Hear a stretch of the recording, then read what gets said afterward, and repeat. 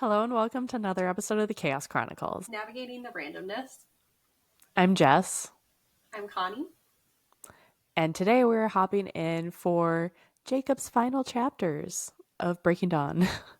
I was like, we gotta add, because, Jacob's final chapters, it sounds like he's gonna die. Someone might die, we don't know. I don't know if he's gonna die because you won't tell me. He better And I will not continue die. not telling you anything. There's Guys, still a couple of good things. if Jacob dies, this will never be finished, okay? Okay? It's just gonna be Cool? chucked out your office window. Pretty much. Understandably. Send the bill for the broken window to Stephanie Myers. Oh, where are we? Right. Before we get too deep into things, just a reminder, you can find us at all of our social media. They are linked in the description below. You very much should like, follow, subscribe, and hit that notification bell so you could be alerted when we have new videos coming out. At this point, again, you know our stuff. You should know our stuff. If this is your first video, interesting choice. I personally would have started with maybe a different one, like Diatlo Pass, or actually there's a couple of good ones. But anyway, you're here, so thank you. And yeah, just for those who are not aware, no spoilers in the comments for Jess, please, because she doesn't know. Well, she knows some, but don't spoil. I am that far into the book, guys. Getting there, not quite there. Yes, the front is that side of the book. There we go. Sorry. Is that better? I couldn't, it glitched, the screen froze on the way up, so I'm like, I'm not sure if it showed the front of the book, because it's either going to look like you're really far in or you are only just starting. I am on chapter 24. Nice. All right, so chapters 16, 17, 18. Yes. All right, let's go. And we're almost done with the obnoxious chapter titles that aren't titles. Doesn't chapter Jacob have 16 a secondary book inside? Does the book? he? I don't know. I could be wrong. I could be very wrong. I think we just get chapters from Jacob's perspective. Okay. I don't know. I know nothing. Apparently me neither. All right, chapter 16, too much information alert. Jacob took off early that morning. Edward had woken him up when Bella was flushed and took his spot to cool her down. Jacob decided he got enough rest to go get some work done. Edward thanks him. If they find a clear route, they'll be able to go hunt today. Jacob is happy to be back in his animal form. Leah greets him, and Jacob asks how long Seth's been asleep. He's actually not asleep at all yet. Jacob asks if he has another hour in him to make the deep run. Of course he is. And they're off. Jacob reminds Leah that it isn't a race. She needs to keep her nose to the ground too. She tells him she can do both and still kick his butt. They got deeper into the mountains. There were faint vampire trails, but all familiar. Leah chimes in that they are out pretty far. If Sam was planning on taking out a stray, they would have come by a scent trail by now. Jacob agrees. This was just a precaution. Regardless, they continue since they weren't in a big hurry. Leah suddenly tells him thank you for letting her stay. He's been much nicer than she could have expected. Jacob tells her he actually doesn't mind her being here as much as he thought he would. Leah tells him that he makes a good alpha, not like Sam, but in his own way, and he is worth following. Jacob was taken aback. Where did that come from? She didn't respond at first, but she wants to stay with him. She won't be a pain, and she won't follow him around. He can do whatever he wants, go wherever she wants, and she won't follow. They can go their own ways and only have to put up with her when they're both wolves. She is also planning on quitting as soon as she can, so that may not even happen as often. She's much happier now being part of his pack, much happier than she's been in years. Seth chimes in that he wants to stay too. He likes this pack. Jacob tells him this won't be a pack much longer. They have a purpose now, yes, but once it's over, Jacob will just go wolf. Seth needs a purpose. He needs to graduate and do something with his life. Leah agrees and then points out none of that applies to her. She is on her way out and will get a job somewhere away and will take some college courses. She'll try yoga and meditation and work on her temper issues.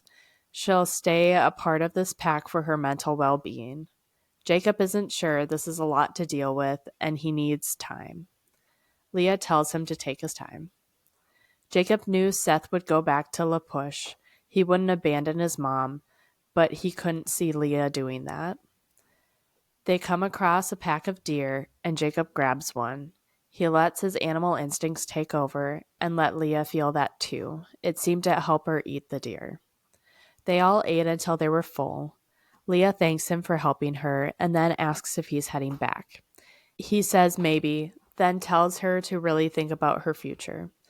Jacob's head isn't the happiest, and she'd have to suffer with him. Leah points out this will sound bad, but it'll be easier for her to deal with his pain than face hers. It'll be bad for him. It's easier for her. Sam is at least happy and healthy. She just doesn't want to be here to see it. She just wants him to know that she won't make things worse for him. Leah looked into his mind and saw the irritation with the vampires. She lingers on Rosalie's face and says she gets Rosalie's perspective about being a genetic dead end. Leah reminds him of how she panicked after a month of being a wolf, only to learn that she couldn't get pregnant. She was the only female to turn into a wolf. Was that because her body was wrong? Sam believes that they imprint to the person who would give the best chances to pass on the wolf gene. If she had been good for that, Sam would have been drawn to her. But he didn't. She believes there's something wrong with her. She doesn't have the ability to pass along the gene and that she's a genetic dead end. Everyone knows it. Jacob doesn't believe that, and Billy believes it to be different. He thinks that imprinting will bring stronger wolves. He believes this because Sam and Jacob are so much larger than anyone in the past. Jacob believes that she is just frozen in time with the rest of them and that it'll go back to normal after. But go back to the original point. Yeah, before we get into Rosalie's, that is just so sad for Leah. Like, She's really just getting smacked at every turn of fate. every single way. Like, all of a sudden, because I remember in the book, I didn't mention it, but like, they were even worried that she was pregnant. She's like, well, it would only be Sam's. And so they were all freaking out, but nothing happened after a couple months. And like, she was put on full blast in front of the whole pack. For being pregnant? For possibly being pregnant? Like, for like, just being like, if you think about it, like, she was in love with Sam, and now Sam is with Emily. And so she has to be like, see all of that. And then everybody's hating on her because she's so upset all the time. But she has all this crap going on. Like, she sees Sam with Emily all the time. And then she has this, like, oh my gosh, am I pregnant with Sam's child? Is that what happened with this wolf thing? Is that even possible? And then the realization of, oh my gosh, no, that's not what's going on. Am I sterile? Wait, is something actually wrong with me? Why I haven't imprinted on anybody? Why Sam didn't imprint to me? Because you would think two wolves that would just happen. Yeah, that's a lot for that poor girl. That is so much. I Just still, so I sad. just, it is sad, and I'm just still, like, I get it why the rest of the pack is annoyed with, like, hearing how she's feeling about all this, but like it seems like I thought I remember this somewhere. Like the wolves just have heightened emotions, period. And so like she's seeing all this stuff, and Mm-hmm. like she loves Yeah. Emily as her sister, like still loves Sam, and like now she's getting answers, and now she's had her autonomy ripped away from her with this whole being a wolf. And like, how are you not going to be thinking about all that? Like, even if you try to push it away, the fact that they can like know what's in each other's thoughts, even if you're trying to like keep it back, like you don't get any personal space anymore. I just Mm-hmm. I feel so bad for her. She really got the short end of the stick.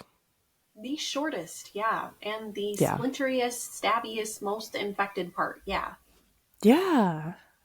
This is just like the more we dive into Leah, I'm like, I am so sorry.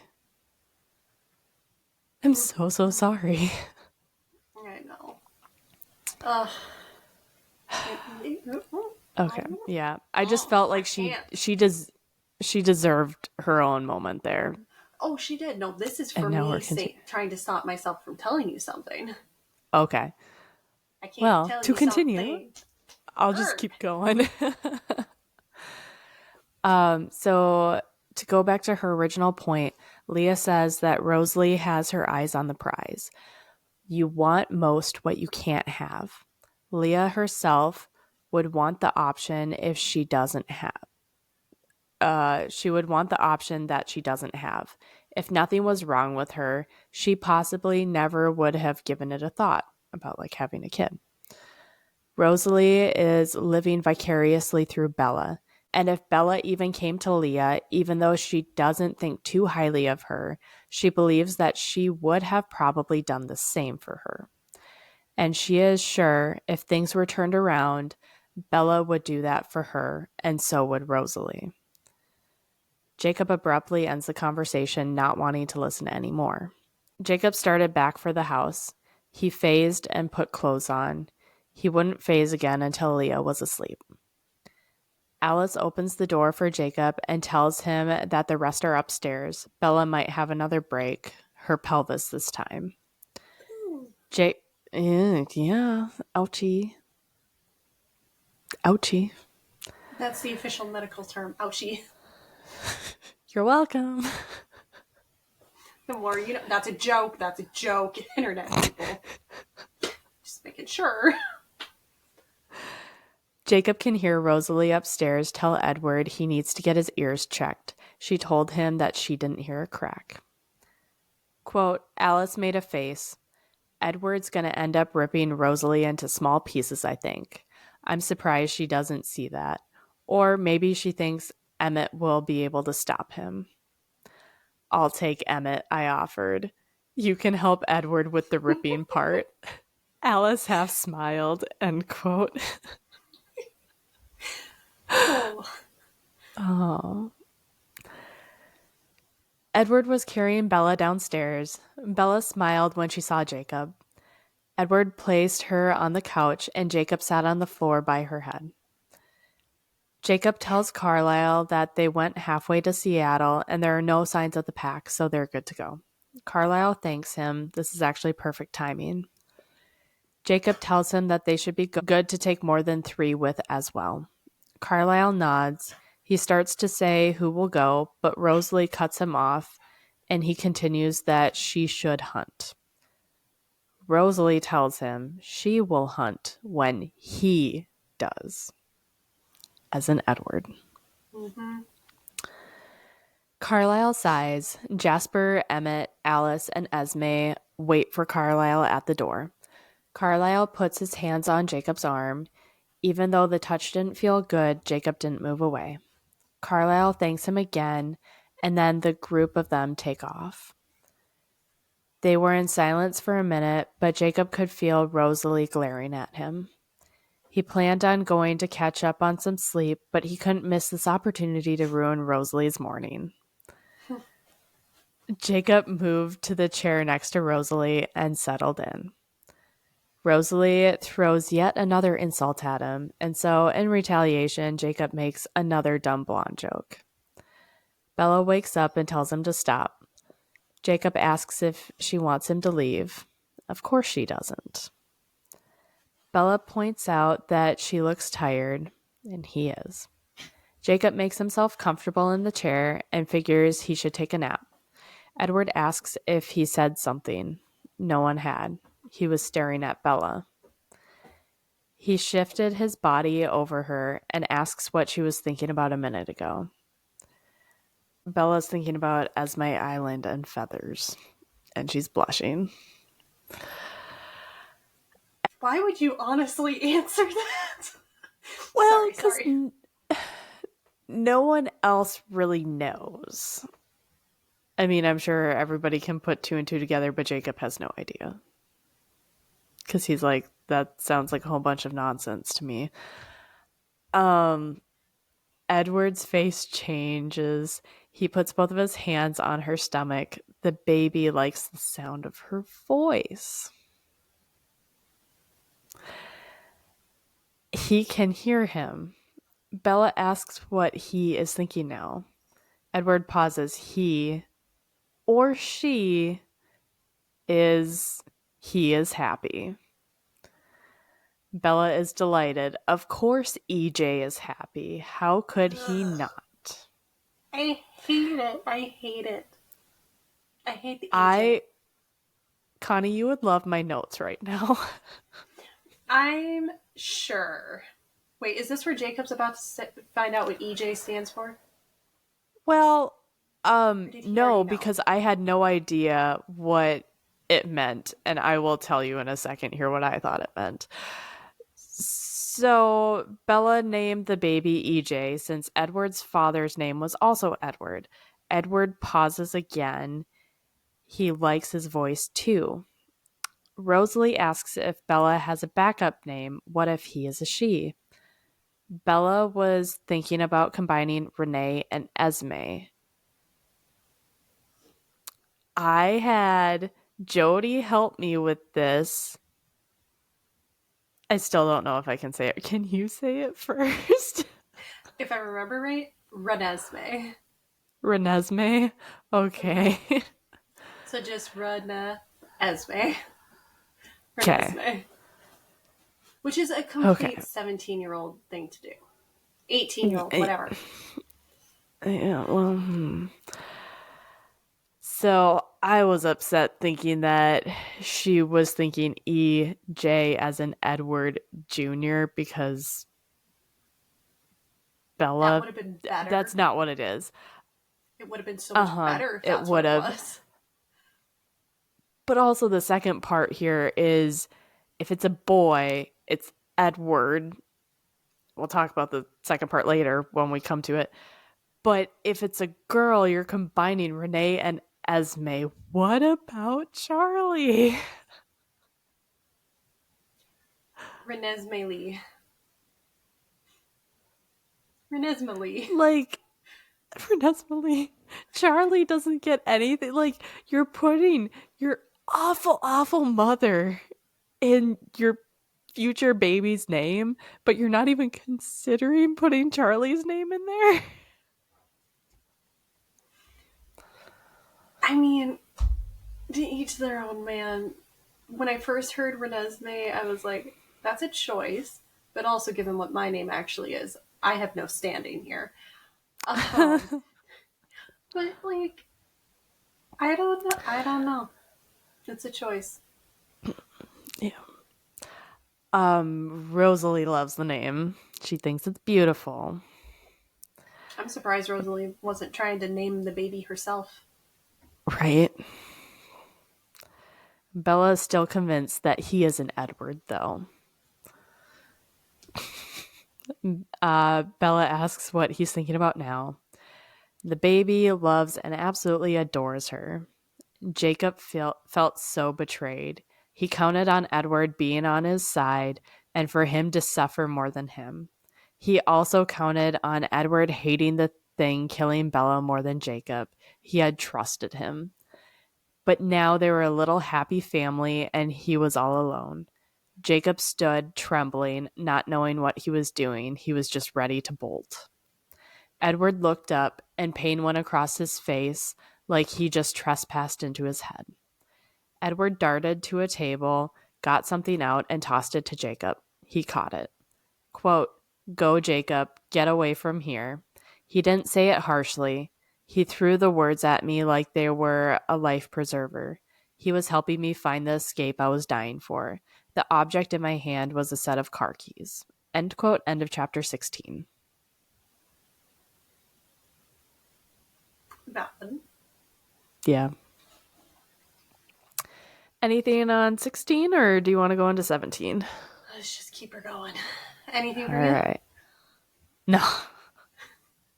I feel like we're stopping more along the way when things come up than what we were like did in the beginning. So, or the beginning of like Twilight. Well, we've learned how to condense our opinions. This is fair. Okay, you ready for the I'm pretty sure this is the longest chapter title. If it's not, I will be shocked. Chapter 17. What do I look like? The Wizard of Oz? You need a brain, you need a heart. Go ahead, take mine, take everything I have. Topic paragraph. Why? Okay, fine. So, Jacob kind of had a plan when he ran into the garage, but the second part of his plan would total their car on the way back. Jacob pressed the key and was shocked when the Aston Martin Vanquish lit up. Aston Martin. Yeah. That Very nice clearly brand I of don't know cars. cars. Very, very nice brand. Very spendy. Yeah, I was like, I'm sure you'll know what that is. I don't. Think classic James Bond car. Like, that's the vibe. Okay. Mm-hmm. Jacob wondered if this was on purpose, but he didn't stop to think about it. He just threw himself into the car, turned it on, and took off. Jacob turned south. He wasn't in the mood for anything that would cause him to lift his foot from the pedal. He saw a hint of dark brown fur running parallel to him for a few miles south of Forks. It looked like Quill. Jacob started to slow when he neared the undefined space of Washington in between Tacoma and Seattle. He didn't want to kill any bystanders. This was a stupid plan. Jacob searched his mind for any other way he could get through this, and what Leah had told him earlier popped in his mind. Quote, "That would go away, if you imprinted. You wouldn't have to hurt over her anymore." End quote. Maybe that wouldn't be the worst thing. Maybe what he was feeling was the worst thing. So, how does one go about looking for a soulmate in a crowd? He found people out and about and would find something interesting about each of their faces, so he knew that he really looked and tried. Nothing happened. Jacob gave up and walked back to the car. Someone came up and asked if he was okay. Is he feeling remorseful over taking the car? He could always turn himself in. Jacob snapped that it's not stolen. The girl was just kidding, though. He just looked really upset. She offers him a hand and introduces herself as Lizzie. Jacob didn't extend his hand and just stared at her until she put her arm down. Lizzie continues that it looked like he was looking for someone. Jacob tells her he doesn't need help. She isn't here. Lizzie admires the car. It's a shame they're not making any more. She asks how it drove. Jacob is shocked. This is a nice girl who likes cars. Quote, "Come on, Jake, imprint already." End quote. But he didn't. Jacob wasn't going to be able to fall in love like a normal person, especially not when he was hurting like this. Maybe if it was 10 years from now and Bella's heart was long gone and he had gone through the whole grieving process, maybe then he could offer Lizzie a ride. Lizzie waited, maybe hoping for him to offer her a ride. Jacob muttered that he should get the car back to who he borrowed it from. She watches him get in the car. She still looked concerned. She waves and watches him leave. Jacob thinks she may think he's about to go drive off a cliff. Well, maybe he would if it would work as a werewolf. Jacob drove back less recklessly from the pain he back to the pain he ran from. Leah and Seth didn't deserve to feel this pain either. At least Leah knows what he's going through. She was the only one who could come close to understanding. Jacob sped up and saw Sam and Jared on one side of the road. He was expecting them. Jacob made it back. Edward was waiting for him. As soon as Jacob got out, Edward tells him there are a few things. Jacob throws him the keys and tells him thanks for the loan. What does he want? Edward tells him that he knows how adverse he is with using his authority on the pack. But if he can't control Leah, Jacob is shocked. What happened? Leah came to see why he had left so abruptly. Edward trying to explain, and he admits that it may not have come out right. She phased into her human form and wanted to speak to Bella. Edward was furious. He wouldn't let Bella be upset like that again. He doesn't care if Leah thinks she is justified. He didn't do anything to her, but he will throw her out if that happens again. Jacob asks what specifically she said. Edward tells Jacob that Leah was unnecessarily harsh. Edward doesn't know why Bella isn't able to let Jacob go, but she doesn't do what she is doing to hurt him. She suffers knowing the pain she inflicts on each of them by having him stay. Leah went too far and Bella won't stop crying. Jacob let it sink in. Leah yelled at Bella about him. Yes, and he knows he didn't ask her to do that. Jacob won't promise to control her, but he will talk to her. He doesn't think this will happen again. She probably got everything off her chest. He should go talk to Bella, though. She doesn't need to feel bad. He asks how she is. Bella is sleeping now, and Rose is with her. She is better aside from Leah. Jacob is annoyed. Everything is better because he could hear the monster and things are all lovey-dovey now. Edward hears his thoughts. It's more than that. Now that he can hear the child's thoughts, it appears that he or she can understand up to an extent. He seems to vaguely know what hurts Bella now and tries to avoid that as much as possible. He loves her already. Jacob felt like his eyes could pop out of their sockets at any moment. But under the shock, Jacob understood that Edward changed because the monster convinced him of this love. Edward couldn't hate what loved Bella, and it's probably why he couldn't hate him either. Everyone is back now aside from Carlisle. He is going to get more blood. He couldn't get enough from his first source, so he has to go to a second. Edward doesn't see it as necessary anymore, though, because he's going to try to persuade Carlisle to deliver the baby when he gets back. The child is attempting to avoid rough movements, but it is difficult because he's become so big. He has clearly developed more than Carlisle thinks. He is ready, and Bella is too fragile to delay. There is so much more grief coming over Jacob that is overwhelming. He tries to catch his breath, and Edward waits for him to recover from the shock. Is he saying that he thinks that she'll make it? He does. If they're proactive about it, there shouldn't be any reason to believe that this won't go well, and knowing the child's mind is so helpful. Bella and Rose agree with him. Carlisle should be back by noon tomorrow. Jacob's knees buckle, and he grasps the car to hold him up. Edward reaches out, but then thought better of it and dropped his hands. Edward tells him, quote, I'm truly sorry for the pain this causes you, Jacob. Though you hate me, I must admit that I don't feel the same about you. I think of you as a brother in many ways, a comrade in arms, at the very least. I regret your suffering more than you realize, but Bella is going to survive, and I know that's what really matters to you, end quote. Jacob's head is spinning. Edward hates to do this to him with so much going on already, but he has to ask something of him. He will beg if he has to. Jacob chokes out. He has nothing left. Edward again lifts up his hand like he wants to put it on Jacob's shoulder, but sighs and drops it again. Bringing the book back out. To continue now on a different camera, I know how much you have given, he said quietly, but this is something that you do have, and only you. I'm asking this of the true Alpha Jacob. I am asking this of Euphorium's heir.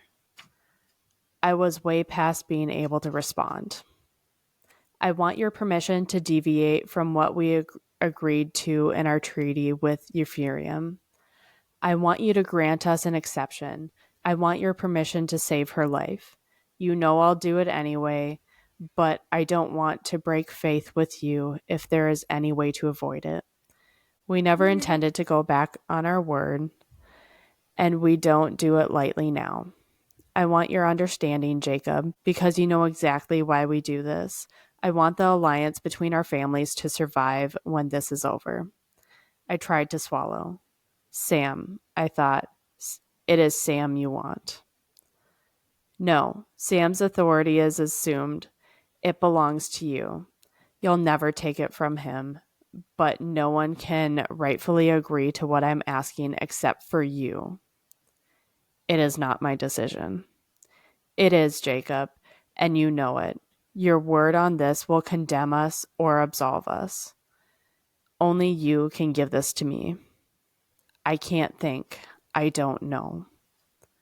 We don't have much time. He glanced back toward the house. No, there was no time. My few days had become a few hours. I don't know. Let me think. Just give me a minute here, okay? Yes.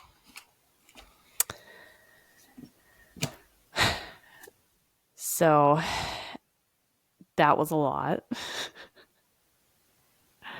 That's huge. I initially reading this, I was surprised that Jacob didn't come right out and say yes right away because it's Bella. But I get it. Yes. And also, like, this poor boy is just getting ping ponged in the heart, just heart and emotions, ping pong, ping pong. It's Right. not good. No. So Jacob moved to enter the house and saw something move at the edge of the lawn and a low whimper. It was Seth. Seth comes over and Jacob apologizes for taking off, gives him a pat, and then asks him to tell Leah to back off. No more. He tells him he will catch up with him later and will see him soon. Seth leans against him and then gallops into the trees. Once he is out of sight, and Edward murmured that he is one of the most pure, sincere, kind minds he has ever heard, and Jacob is lucky to share his thoughts. He already knows that. Edward enters the house and Bella is awake. Bella tells Edward that it's a good thing Carlisle is bringing more blood. That kid will need it once he is out. She wonders if he will want anything else. Jacob enters and Alice called out, "Finally." Bella turns and sees Jacob and is trying to not cry.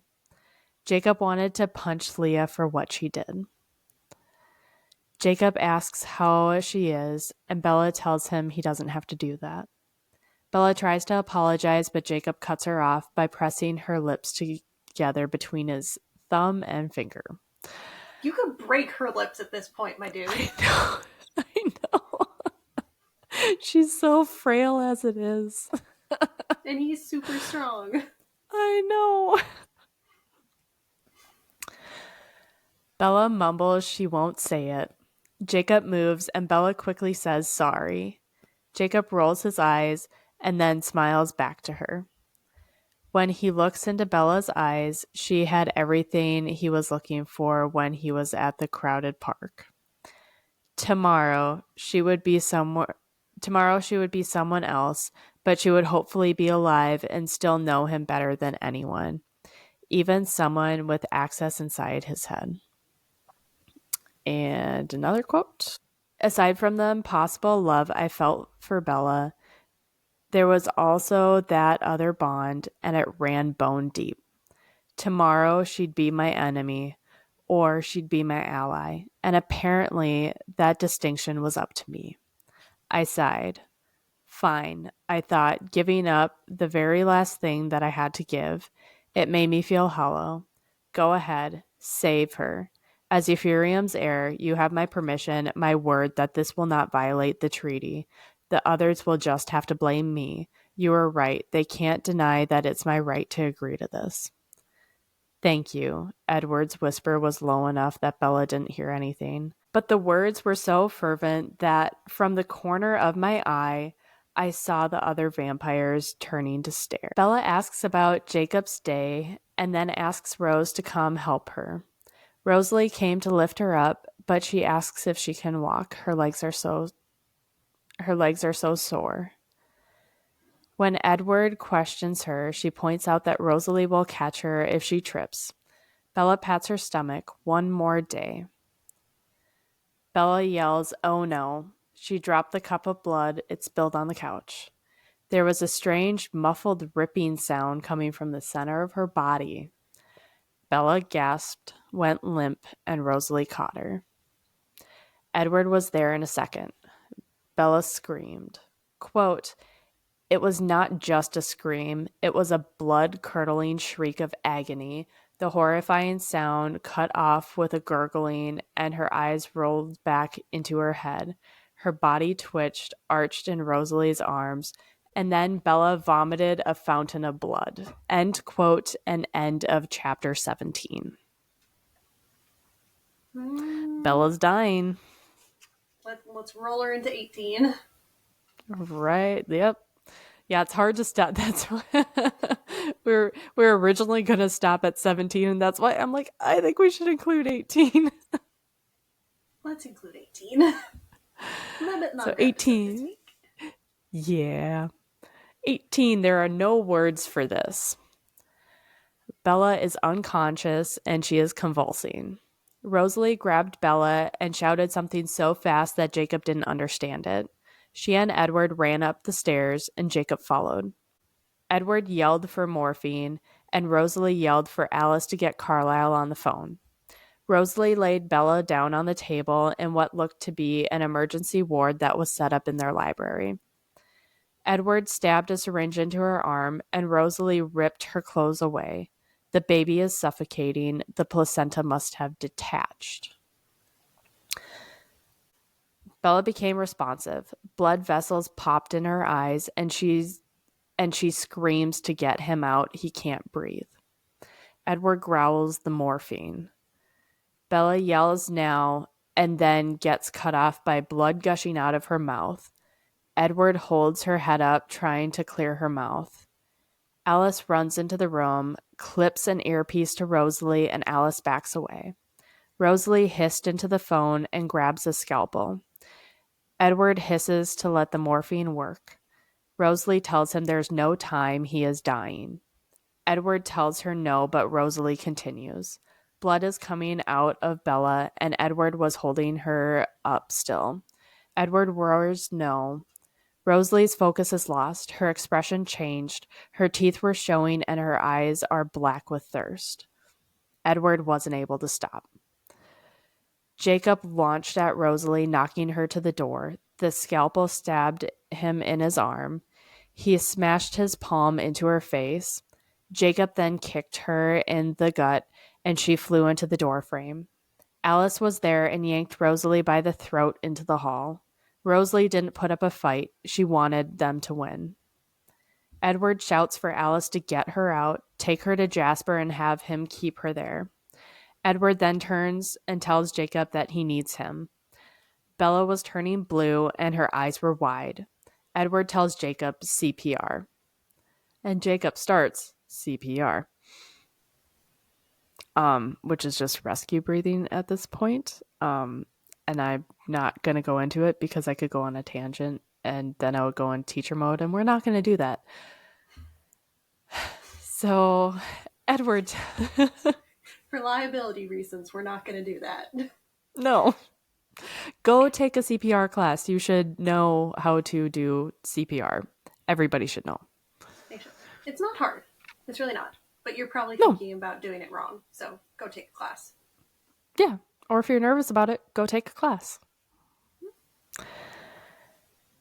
Edward tells him to get her breathing. He has to get the baby out. A loud crack came from Bella, and her legs went limp. Edward was horrified. Her spine.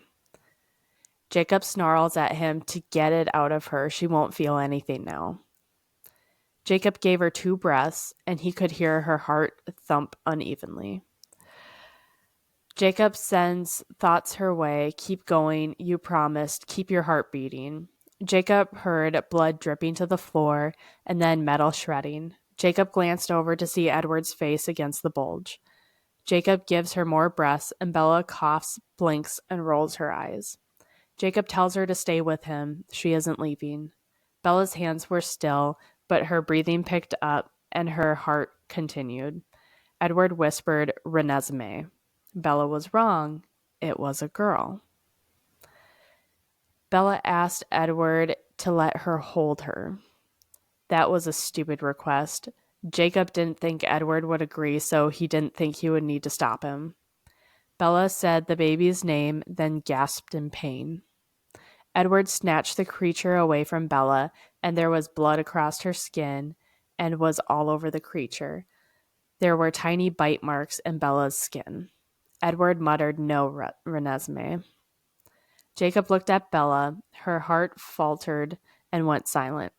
Jacob started chest compressions and counted, trying to keep the rhythm steady. He blew more air in her and resumed compressions. Going back to the book.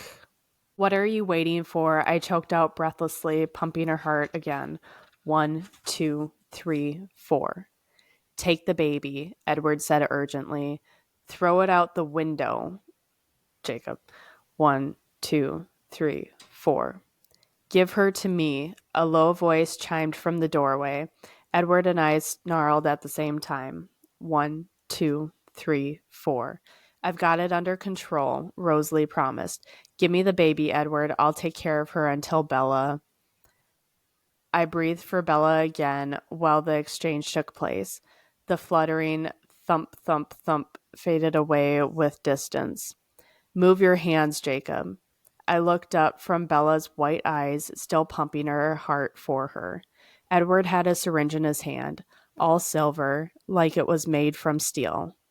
What's that? His stone hand knocked mine out of the way.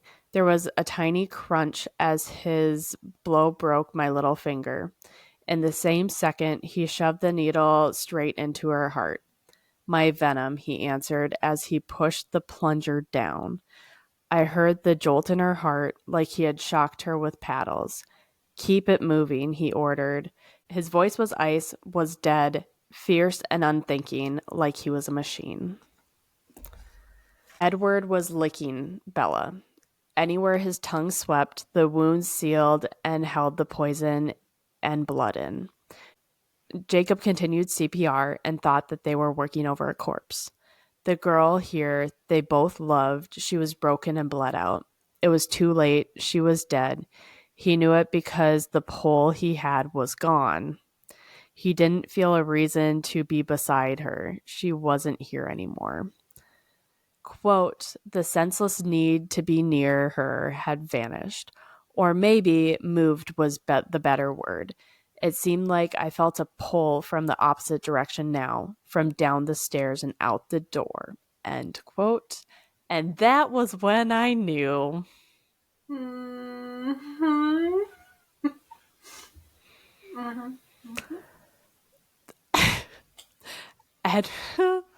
Edward snaps for him to go, hits Jacob out of the way, and takes his place. Jacob straightens his 3 broken fingers as Edward pumps her chest faster than he had. He growls that she isn't dead, she's going to be fine. Jacob slowly turned away. He felt empty. His purpose was gone. Quote, I shuddered at the sound coming from behind me. I plodded down the stairs, the sound of a dead heart being forced to thud.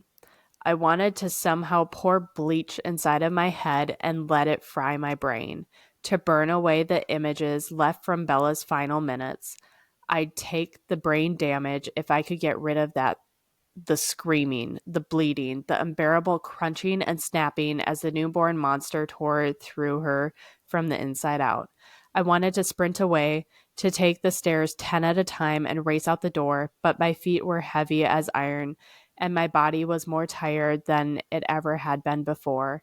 I shuffled down the stairs like a crippled old man. I want to say, aside from the whole like supernatural being thing, that was an incredible, incredible description of like PTSD. And as a first responder, I read that and that it shocked me so much that I had to physically walk away because I was so genuinely surprised by that. Of all the things in this book, I did not think that was going to happen. Yeah. Well, she's making up for all the medical stuff she put you through. Yeah. Yeah. No, that, yeah, if you ever want a little picture into a first responder's mind, that right there. So I had to include that quote because it was just too. I don't really get a lot of that stuff from Stephanie's writing. And so I was like, I really have to highlight it. No, especially as a first responder walking away from the extreme medical, but even just that description of how he was ambling and the bleach in the head and the forgetting like that. Yeah. I haven't had anything nearly the same, but yeah. Yeah. I have had partners talk to me like that. Like the exact, like, they're like, I wish I could pour bleach in my head and just have it like take everything away. Like they have told me that before. I have felt that before. So that just spoke to me at a whole different level. And like talking about, you know, the crunching going on, the sounds going on. Like obviously everybody experiences like PTSD differently, but for me one of the biggest things was always the sounds. Like you hear the scream, you hear the Lucas device, our compression device going. You hear I don't know, a dog barking. Like you hear these noises that normally wouldn't trigger your brain, and all of a sudden you'll never forget that sound. Mm-hmm. Yeah. No, if you haven't gotten it from this channel already, we very much support first responders. You should too, but this is very much one of those things that people don't talk about, and they really should, because this is all first responders, all medical people, 911 dispatchers. There's a lot. Secondary trauma is 100% a thing. Mm-hmm. Absolutely. Yep. Okay. Actually, no, well, I just had to trauma in that one. Sorry, secondary trauma is for the people handling afterwards. No, that's direct trauma. Yeah, direct trauma. Yeah, I mean, we're the ones that see them on the worst day of their life. It's yeah, but anyways, I didn't want to get sucked too deep in the rabbit hole, but thank you for taking the time. Yeah, it needed saying because I haven't seen anything like that yet to be so descriptive to the point where I'm like, oh geez, like the sounds of the thudding, it brought me back to one of my calls, and I was like, oh geez, that's to have something written to bring you back to that place. That's wild. Good writing. So great job, Stephanie. Is that a first on this podcast? I was just thinking it might be. Yeah, no, it's yeah. I mean, again, this is the best book of the series, but who would have thought that if someone asks you for the best descriptor of PTSD, you can be like, have you heard of Breaking Dawn? Specifically chapter 18. Mm-hmm. I mean, it is wild. It is absolutely wild. Obviously, like, take the newborn monster crunching its way out, but like everything else.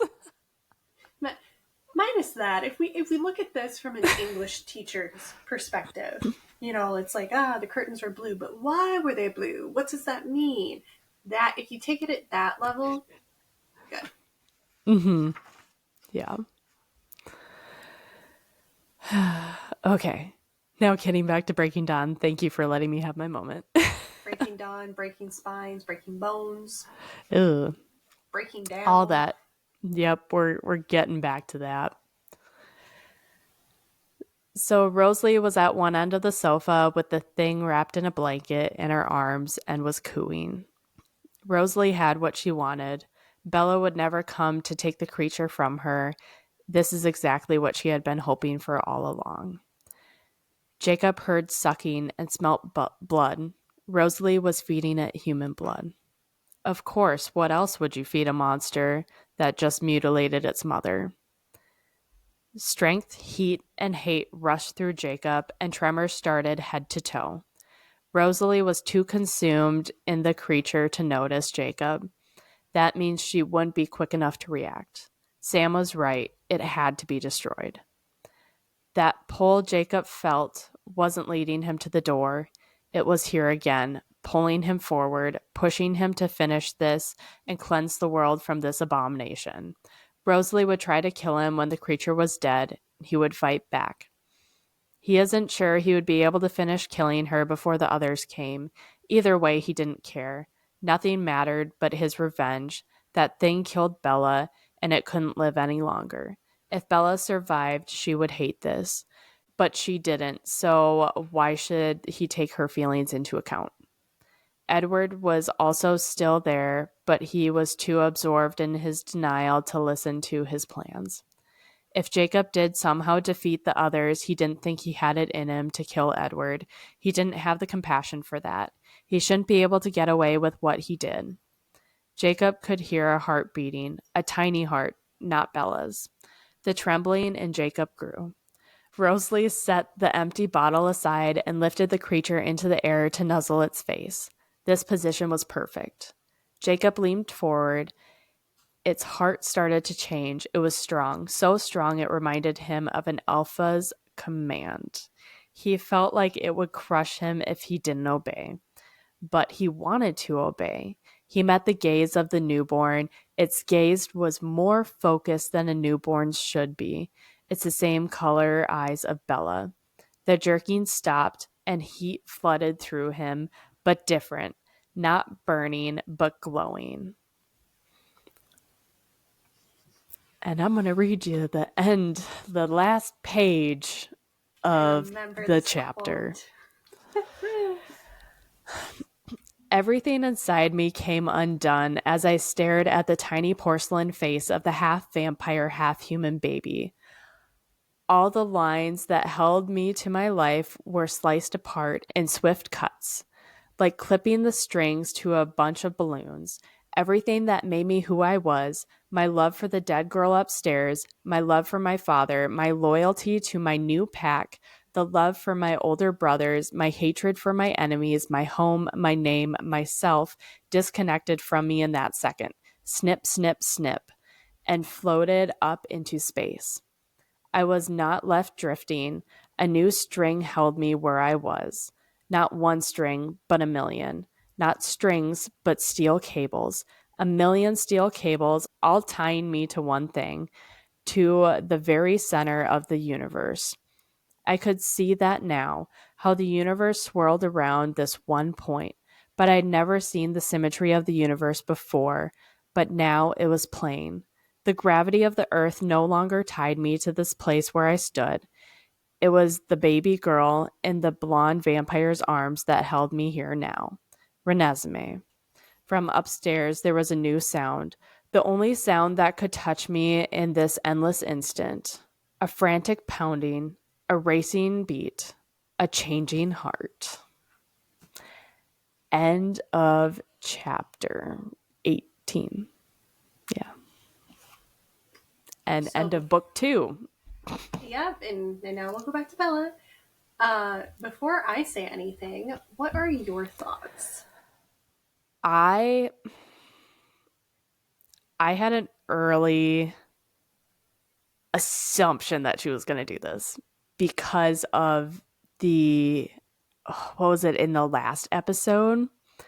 She was talking about how Stephanie was talking about how Jacob had this draw to Bella, and Bella had some sort of unspoken, like, she wanted Jacob to be there because when Jacob was there, it was like her whole family was together, but she couldn't explain it more than that. No one could explain why she wanted Jacob so much. It's because the whole time Bella had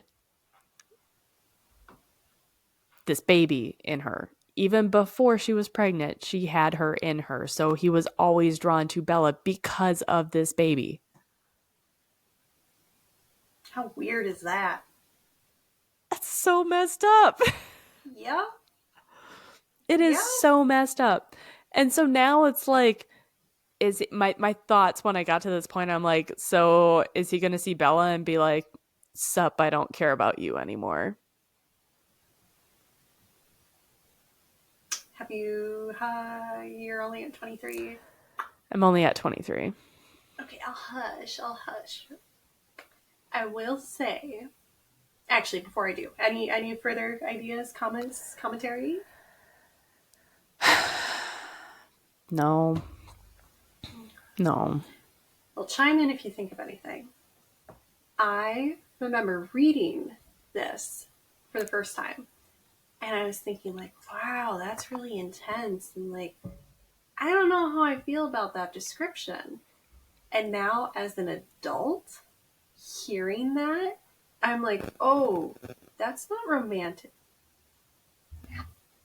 Turned on Siri. Hello, Siri. Hi. Hearing that as an adult, I'm like, that's not romantic at all. That sounds horrifying. Like he says it himself, he's losing everything that makes him him. His Yeah. name, his love for his father. He didn't mention his sisters in there. Interesting. Just his Um, brothers. yeah. Wait, I didn't think he had brothers. I thought he only had I sisters. didn't either. I thought he just, unless he's talking about the pack. Is he talking about the Probably. pack, his brothers? Maybe. I mean, like, it just sounds so horrible. It's awful. And, like, there's more things I want to say, but I can't say yet. You're almost there.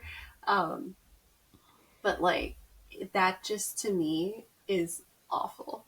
You completely lose yourself, and everything you do is in pursuit of what this person wants.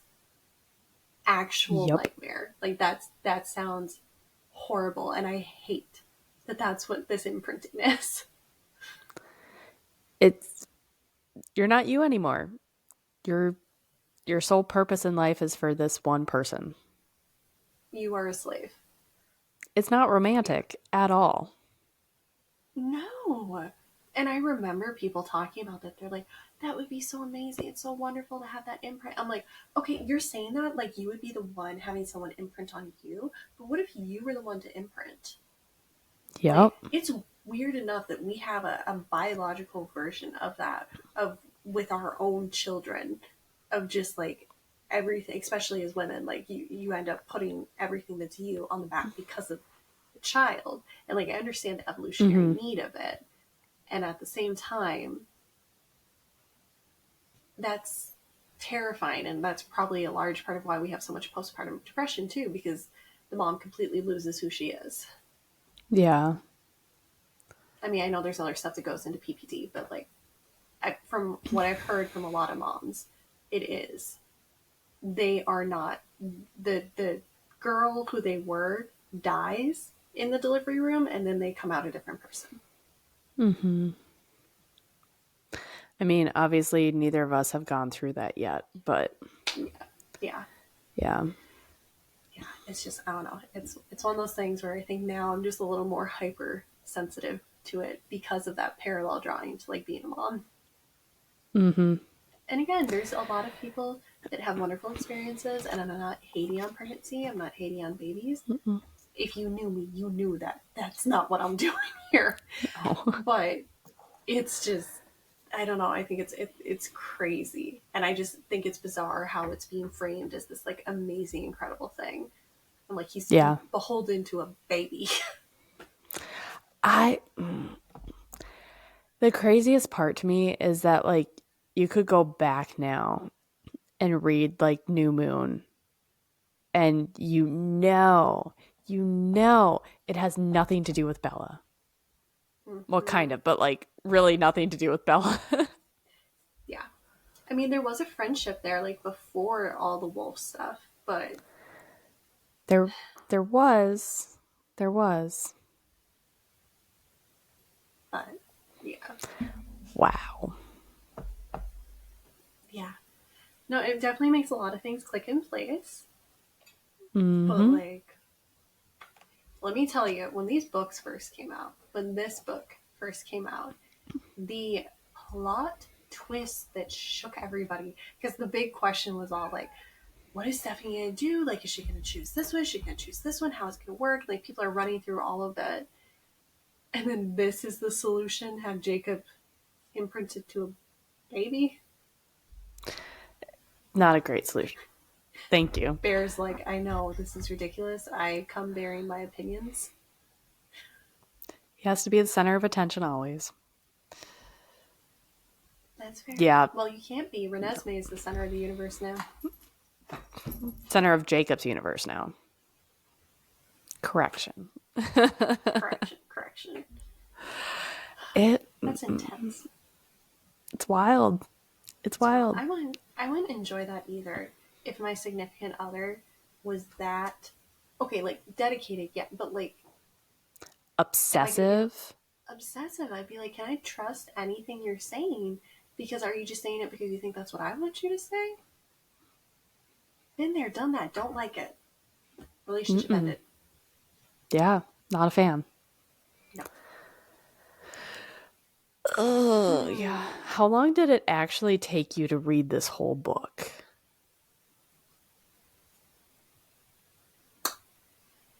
When did that one come out again?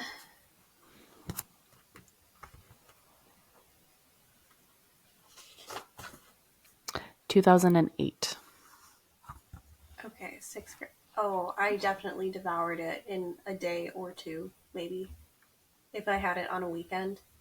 Like, that was middle school, 2008. That was like prime book consumption for me. Like, I was just reading all the time. Middle school, anything I could get my hands on, I was reading. The reason I have a bunch of obscure knowledge today is because a large portion of it came from that time period. That is 750 pages, guys. 754 pages. Yeah. I was proud of myself for getting through a 400-page book in 2 days. Wait, as a kid or as an adult? Just a couple days ago. No, see, as an adult, it's even more impressive because of all the other we have in our lives.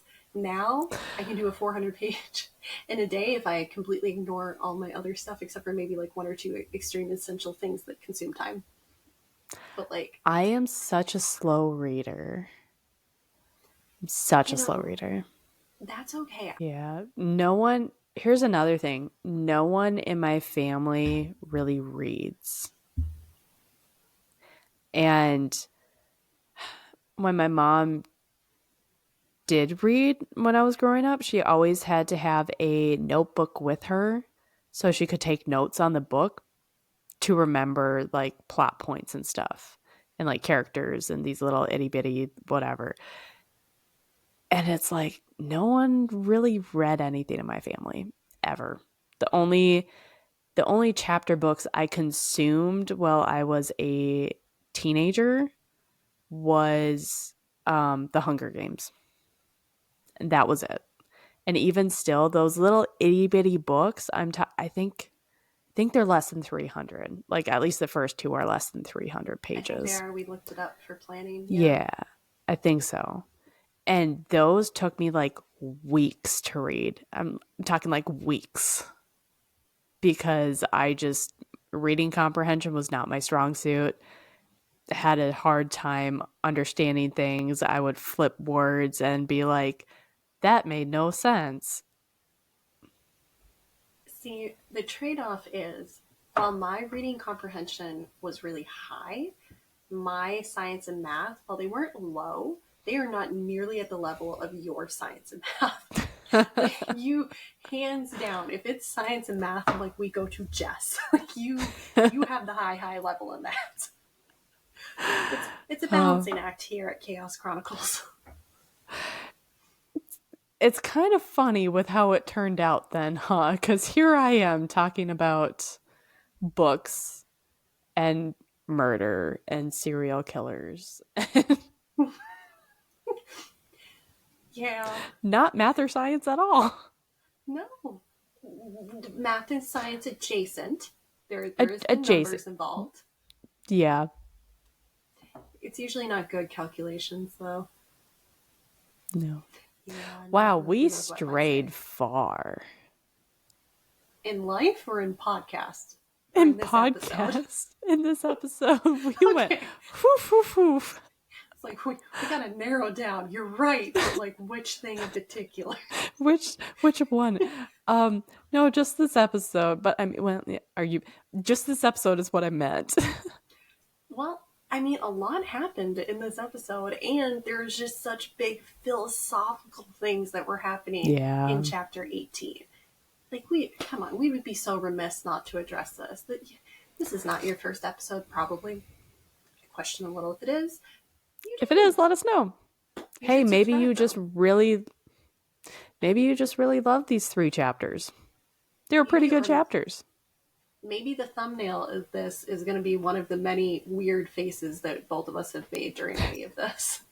And maybe you're like, that looks interesting. Let's see. But yeah, there's just a lot to touch on, and we haven't gone like philosophical on. We haven't done philosophical really since like Been a while. New Moon. Yeah, I don't think we really had too deep of anything in Eclipse. Yeah, no. Granted, Eclipse, least favorite book. You know, now that we're at Breaking Dawn, I do really enjoy Breaking Dawn, but I don't know if I can go back to New Moon, which was my favorite book. I don't know if I can read it the same way anymore. No, no. And I'm very sad. Yo, I know. It's Once probably you why I know, you haven't gone can't go back and read back. it. Yeah, the only book that I've reread is Midnight Sun. I've reread that one just because I wanted like that additional knowledge, and then it's just enjoyable. It's more of an enjoyable read than Twilight. But I can't go back and read the other books. Not after this. Not that I think either of us will pick up Twilight after this series. Probably not. Not after analyzing it this deeply, no. But speaking of Midnight Sun, we will not be covering it in this length at all. It's not going to happen. And no, we are planning a overall after we read the books, after we watch the movies, and then we'll both reread reread for me, read for the first time for Jess, Midnight Sun, and we'll meet up and do another episode where we just talk about the series as a whole. Now that we both have the same amount of information. Mm-hmm. And I can finally send you the insane amount of videos that I have saved to send you, and I haven't been able to. It's been so rough. I have to watch every video, and they'll say something in the first couple seconds. I'm like, oh, send it to wait for spoilers. Gonna Spoilers. continue. Can't send it. We're getting saved. close. We're We getting very are. close, guys. Well, we'll get there. But any final thoughts before we wrap her up? I can't believe Stephanie did Jacob dirty like that. So dirty. That's it. That's all I got. He That's was all having I like got. such wonderful personal growth. Now it's like, haha, all that growth, who you are as a person, I would just yoink. Bye bye. I hate this. I hate this. She's really kind of regulating him down to a dog. Oh, Yeah. They're making the why? comments and the slurs and now like putting that two and two together. That like blind loyalty, love, devotion. I would have been happier if you didn't make that connection, Connie. So would I, but unfortunately it came to me, and who am I if not one to share? That's why we have a podcast. That's why we have a podcast. I was traumatizing Jess alone. We decided I should traumatize the rest of the world. You're welcome. God, well, I'm going to sit on Well, this for the rest of the night. yeah. Well, thanks for that. Thank you guys for listening to us ramble for a little bit there. Yeah. We appreciate you guys coming and hanging out with us, whether we are on background as you're doing stuff around the house, whether you're sitting down and really watching us. Either way, we very much appreciate it. And we look forward to seeing you in the next episode, whether it's a Who Knows What Wednesday or chapters 19 and 20 of Breaking Dawn. Mm-hmm. Until then, bye. Adios. I hate that connection. Mm-hmm. Mm-hmm. Also, this one's been annoying the crap out of me for the last 5 minutes. I just love his face as you pull off. He's like, meh.